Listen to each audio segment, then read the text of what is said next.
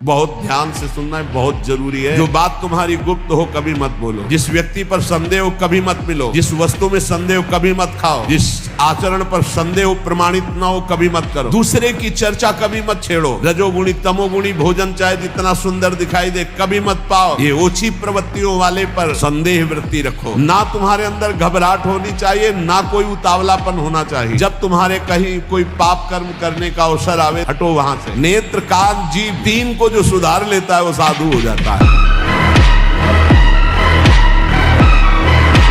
यदि साधक स्वप्न दोष से बचना चाहता है तो सर्वप्रथम उसको भगवान की शरण में होना है, क्योंकि प्रभु की शरणागति से हमारा जो अंतःकरण मलिन चिंतन से युक्त है उसका सुधार होगा। चिंतन बिना बदले हम इसे रोक नहीं सकते। भोजन शुद्ध है, आपका पेट भी साफ है, आप व्यायाम भी करते हैं और आपने कोई गलत चेष्टा भी नहीं की, लेकिन गाढ़ गलत चिंतन हो गया, उस समय आपका धातु चरण किसी न किसी उपाय से हो जाएगा। प्रभु की शरण में होकर सत्य शास्त्रों का स्वाध्याय करें, नाम जपने की चेष्टा करें, सात्विक भोजन पाएं और खूब शरीर को थकाएं। यदि आप प्रातः काल उठ करके 1 घंटा व्यायाम करें तो आप देखेंगे आपका धातु चरण है उसका अंतराय होता चला जाएगा। अब मान लो आपकी 25 वर्ष की अवस्था हुई और 10 वर्ष आप करते रहे हैं, अब आपको संभलना बहुत ही कठिन है, लेकिन फिर भी संभलने का उपाय है। आयुर्वेदिक किसी अच्छे वैद्य से धातु पुष्टता की औषधि ले और व्यायाम, भोजन सुधार, संग सुधार, चिंतन सुधार, शास्त्रों का स्वाध्याय और नाम जप, इसी से सुधार हो सकता है। 4 बजे से 6 बजे के बीच में उसकी साधना प्रारंभ नहीं हुई और कह रहा मैं ब्रह्मचारी हूँ, तो नाटक ही बोल रहा है। वो ब्रह्मचारी नहीं है, वो केवल नाटक कर रहा है। ब्रह्म मुहूर्त में तुम सो रहे हो, तुम ब्रह्मचारी हो, तुम साधु हो, तुम साधक हो, तुम साधना कर रहे हो। काय की साधना हो रही, केवल मनोरंजन हो रहा है, बेस की पूजा हो रही, वस्तु का बोध नहीं हो रहा। तुम्हें शक्ति चाहिए, हम कह रहे हैं ऐसा करके देखो, ना मिले तो हमें बताना आगे। कोई गंदा भोजन मत करना, पराई बहन बेटियों के प्रति दोष दृष्टि बेविचार मत करना, मांस मत खाना, जुआ मत खेलना, चोरी मत करना। का पालन कीजिए, ब्रह्मचारी बनिए। और हनुमान जी के पास एक ही पावर है, ब्रह्मचर्य, सबसे बड़ी पावर ब्रह्मचर्य, तेज। ब्रह्मचर्य से तेज आता है, वाणी में ओज आता है, आकर्षण होता है। ब्रह्मचर्य ही महान सामर्थ, परम पुरुषार्थ, भगवत प्राप्ति का प्रबल साधन है। परम सुख का, परम शांति का, परम स्मृति का, महान धृति का ये प्रधान साधन ब्रह्मचर्य है।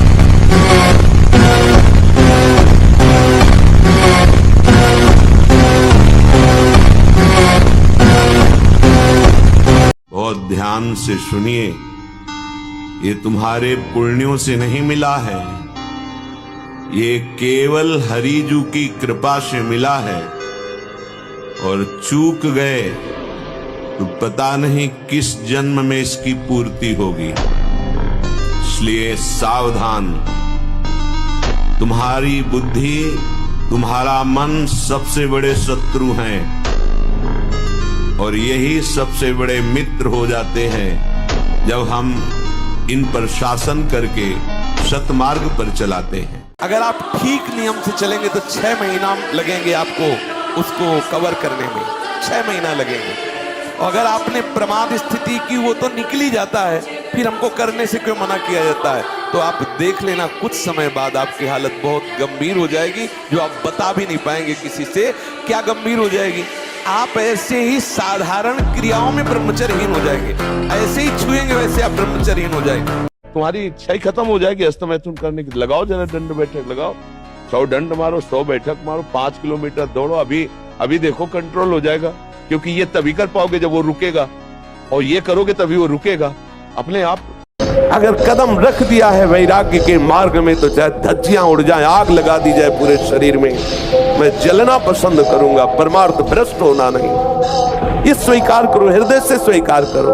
तुम्हारी स्वीकृति में दम है। तुम अगर स्वीकृति अगर हृदय में बैठा लो कि स्वयं भगवान आवे और मुझे विशेष सेवन की आज्ञा करें, तो मैं उनकी इस आज्ञा का पालन नहीं करूंगा, आप विजय को प्राप्त होंगे, आप कोई परास्त नहीं कर पाएगा।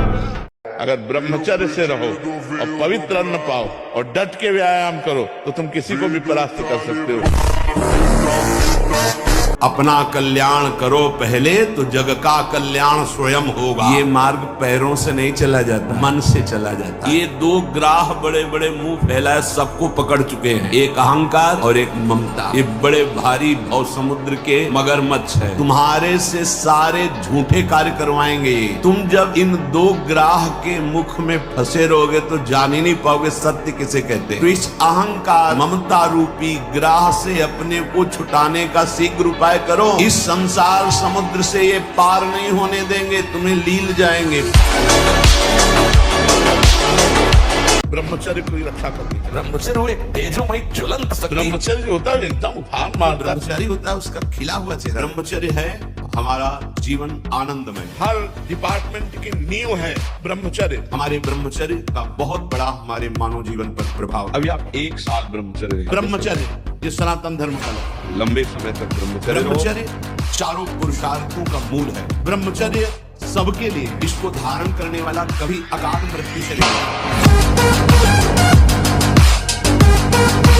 ब्रह्मचर्य परम जीवन, परम पुरुषार्थ ब्रह्ममय है। परमार्थ की शुरुआत ही ब्रह्मचर्य से होती है। शरीर में जितनी पावर शक्तियां हैं वो सबका अंतिम रूप वीर्य है।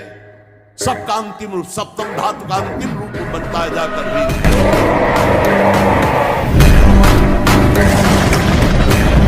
ब्रह्मचर्य जीवन जिसका है उसमें कभी कोई अभाव नहीं खटकता है। इतनी संतुष्टता, इतनी सहन शक्ति, इतनी गंभीरता। ब्रह्मचर्य महान बल, महान तेज है जो कभी तुम्हें झुकने नहीं देगा, टूटने नहीं देगा।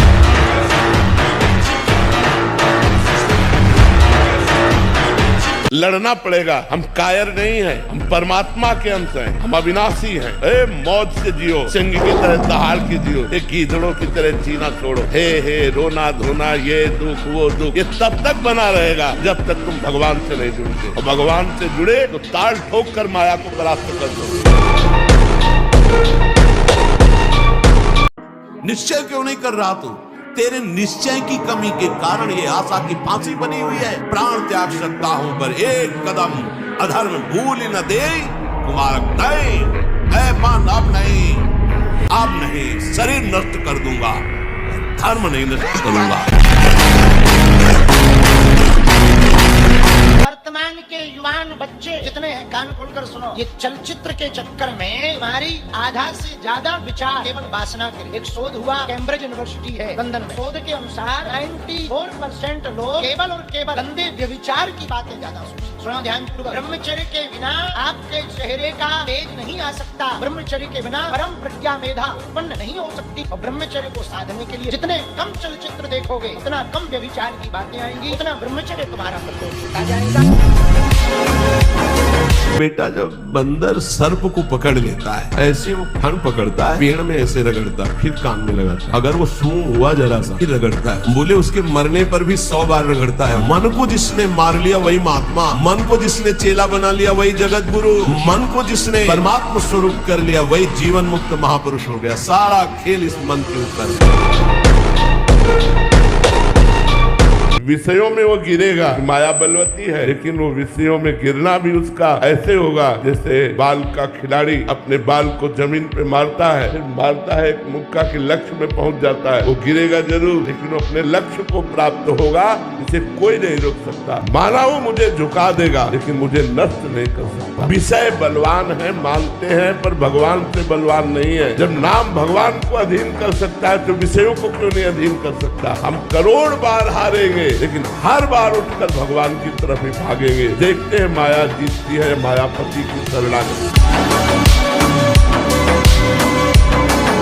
बिना सत्संग के आप इस युक्ति को नहीं जान पाए। मन से हमारी इतनी घनी दोस्ती हो गई है कि मन ने जो चाहा वो मेरी चाह है। मन चाहता क्या है? 5 ज्ञानेंद्रियों के द्वारा भोगे जाने वाले समस्त विषय। मन को यदि सुधारना है तो इससे दोस्ती हटानी पड़ेगी। आप इंद्रियां नहीं, आप मन नहीं है, आप पूर्ण काम है, पर आपका ये मन आपको अधीन करके भोगों में सुख है ऐसा भ्रम करा। इसीलिए ब्रह्मा जी ने कहा कि जो अपने ज्ञान बल से ऊंचाई पर चढ़े हमने उनको भ्रष्ट होते देखा है, लेकिन जिसने हे नंदनंदन आपके चरणों का आश्रय ले लिया बड़ी बड़ी ऊंचाइयों को हंसते हुए पार कर गए। आनंद में हंसमुख मुस्कुराता हुआ चेहरा ब्रह्मचारी का होता है, भगवत चिंतन करने वाले को होता है, संयम से चलने वाले को होता है। इनके चेहरे दुखी, उदास, खिन्न, न जाने कितने तरह के चेहरे में विकार उत्पन्न हो जाते हैं। साधक प्रातः काल जब उठे तो गुरुदेव को प्रणाम करके निश्चय करें कि आज प्रातः कालीन गुरुदेव को प्रणाम करके हम ये नियम लेते हैं कि आज शयन तक हमसे कोई भी जो पीछे त्रुटियां हुई वो नहीं होने दें। पूरा का पूरा समय भगवत चिंतन करते हुए ही हम कार्य करें। जो भी व्यवहार करेंगे वो अपने प्रभु के लिए करें। रात्रि में शयन करते समय हम पुनः इसका चिंतन करें कि जो हमने प्रातः कालीन नियम लिया था उसमें कितनी त्रुटि हुई। चिंतन करते हुए शयन करें, प्रातः कालीन फिर नियम ले। जो कल त्रुटि हुई वो आज नहीं हुई। एक दिन साधक देखेगा कि उसका मन त्रुटि रहित हो गया।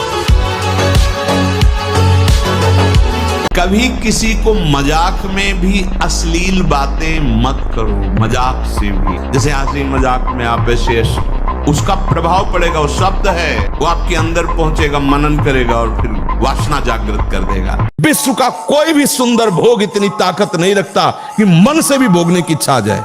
शरीर की तो बात जाने दो, मन से भी भोगने की नहीं रखता। उनके बल से कह रहा हूं, उनके बल से कह रहा हूं, उनके द्वारा दी हुई शांति से कह रहा हूं, उनके द्वारा दी हुई शीतलता से कह रहा हूं। देखा है इसमें काम, देखा है क्रोध, देखा है इसमें, देखा है विकलता देखी भोगों की, और इसमें कृष्ण कृपा भी देखी। युद्ध कर, उठ, हारेगा, मारा जाएगा तो स्वर्ग मिलेगा और जीतेगा तो भूमि का राज। कर, कार्य में लगन, माम निस्मर युद्ध से, मेरा स्मरण कर, उत्तिष्ठ, खड़ा हो जा और युद्ध कर। खेल ऐसा खेलो जिसमें घाटा ना हो। क्या मुर्दे जैसा जीवन, जो इंद्री जैसा चाहे वैसा डाउन कर दे, जैसा चाहे वो हमें शोक दे दे, दुख दे। थोड़ा सा साहसी हो, तुम भगवान के अंश हो, तुम कुछ भी कर सकते हो, कुछ भी, बुरा से बुरा, भला से भी भला। एक दिन ऐसा होगा कि आप समस्त विषय भोगों के बीच में रहते हुए आप निर्मल रहेंगे। चूकना मत, ये विकार आपको ठगिए, आपको आकर्षित करेंगे, चूकना मत। मैं चलना पसंद करूंगा, परमार्थ भ्रष्ट होना नहीं। ये स्वीकार करो, हृदय से स्वीकार करो। आपके संकल्प में भी बहुत सामर्थ्य है, क्योंकि आप चिदानंद तत्व के चिदानंद अंश हैं। आप अपने स्वरूप का विस्मरण करके भोगों को इतना महत्व दे दिया कि आप रो रहे हैं। आप अंदर से इतने हार रहे हैं कि मैं कैसे चल पाऊं, कदापि नहीं। हमारे स्वभाव में हारना नहीं है, बचपन से हारना स्वभाव हमारा, डरना और हारना ये दो हमारे स्वभाव में, चाहे अभी काट डाले जाए, पर मतलब स्वभाव में नहीं। जैसे हमको कभी मन डरवाया ना, अब बच्चे थे गंगा किनारे, यार यहाँ भूत है, यहाँ है, वहीं खड़े हो जाते, वहीं रात रुकते, कहाँ भूत है, कौन हमें डर, कहीं कोई डर नहीं, कोई डर नहीं, केवल एक भ्रम। हमें किसी के सपोर्ट की जरूरत नहीं है, हमें किसी की पीठ थपथपाने की जरूरत नहीं है। तो हम तुम्हारा सपोर्ट कर रहे हैं, हम तुम्हें शाबाश कर रहे हैं। आप बोलो क्या चाहते हो, क्या शाबाशी चाहते हो, कैसे चाहते हो। हम तुम्हारे दोस्त हैं, इस लोक और परलोक के भी। जो सपोर्ट चाहो हम तुम्हें देने के लिए तैयार। चलो वो मारो कि हर परिस्थिति में आप आनंदित रहोगे। परिस्थिति हमें दुख नहीं दे सकती यदि हमारे विचार सही है। थोड़ी सी दवा इतनी सुन्न वाली कष्ट को नहीं होने देती, और चित्त भगवान में जोड़ दो, कष्ट होगा। बड़े से बड़े कष्ट को हंस के सहा जाता है। तो बच्चा डिप्रेशन क्यों, दिमाग में भार क्यों? क्योंकि वो अहंकारी अज्ञानी जीव भगवान से परिचय नहीं प्राप्त किया, अध्यात्म को नहीं जाना, इसलिए दुखी हो रहे हैं। बोलो चिंतन की क्या परेशानी है। आज से हम नियम लेते हैं कि जितना बन सकेगा हम दूसरों को सुख देंगे। अगर कोई हमें कष्ट देगा तो जहां तक भगवान सामर्थ्य दिए है मैं सहूंगा। अगर भगवत धर्म के विरुद्ध होगा तो फिर भगवान जैसा आदेश करेंगे वैसा करूंगा।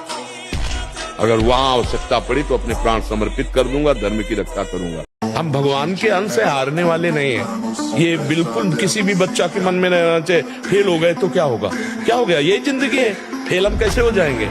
अगर हमसे चूक हुई है तो हम फेल हो जाते हैं तो बर्दाश्त है, अगली बार हम फिर और पढ़ाई पढ़ेंगे, अगली बार हम और हिम्मत करेंगे। कि अगर विद्यार्थी परास्त हो जाता है पढ़ने में तो जीवन नष्ट करने की नहीं सोचना। एक जीवन ऐसा है जो जगत में प्रकाशित हो जाएगा। भगवान के आश्रित हो, कोई व्यापार कर लो, हम एक नौकरी कर लेंगे, अपने जीवन को थोड़ी नष्ट करेंगे। हम छोटे से छोटा कार्य कर सकते हैं और भगवान हमारे साथ है तो बड़ाई उनके हाथ में, वो बड़ा करा दो। हमें कोई गाली दे रहा है, हम सह जाएंगे, चोट पहुंचाने का तात्पर्य का भाव से, लेकिन कोई हमारे धर्म पर, फिर हम नहीं सह। युद्ध कर, उठ, हारेगा, मारा जाएगा तो स्वर्ग मिलेगा, और जीतेगा तो भूमि का राज। कार्य में लगा। जब हम बहुत उपाय करके देखें कि मन हमारा नहीं रुक रहा, तो उसको रोकने का एक नया उपाय आपको बताए हम। छोड़ दो राग, जा तू, देखते तू क्या कर लेगा। मेरी बिना स्वीकृति के तू कुछ नहीं कर पाएगा। जा, राधा राधा, वो राधा में लगेगा। मृत्यु से बढ़कर कोई क्या? एक कायर थोड़ी इस मार्ग में चलते हैं, सूरवीर।